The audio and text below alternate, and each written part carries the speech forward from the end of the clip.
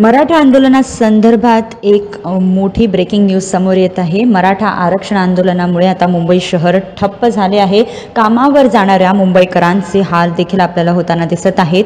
मराठा आरक्षणाच्या मागणीसाठी पुन्हा एकदा जन आंदोलन उफाळून आलं आहे आणि त्याचाच थेट परिणाम आता मुंबईच्या जनजीवनावर देखील झाला आहे। आझाद मैदानात हजारो मराठा आंदोलक एकत्रित आले आहेत आणि याच आंदोलनामुळे आता रेल्वे स्थानक, रस्ते आणि सार्वजनिक वाहतूक व्यवस्थेवर याचा मोठा परिणाम झाला आहे। याच आंदोलनामुळे आता रेल्वे स्थानक, रस्ते आणि सार्वजनिक वाहतूक व्यवस्थेवर मोठा परिणाम झाला आहे। विशेषतः वसई, विरार, ठाणे आणि मध्य रेल्वे मार्गांवर याची प्रचंड गर्दी झाली आहे आणि लोकल ट्रेन सेवा आता विस्कळीत झाली। अनेक गाड्या विलंबाने धावत देखील आहेत, तर काही ठिकाणी उशिरामुळे प्लॅटफॉर्मवरच गर्दीचा कहर देखील आपल्याला दिसत आहे। छत्रपती शिवाजी महाराज टर्मिनस म्हणजे CSMT परिसरात कडेकोट पोलीस बंदोबस्त देखील तैनात करण्यात आला आहे।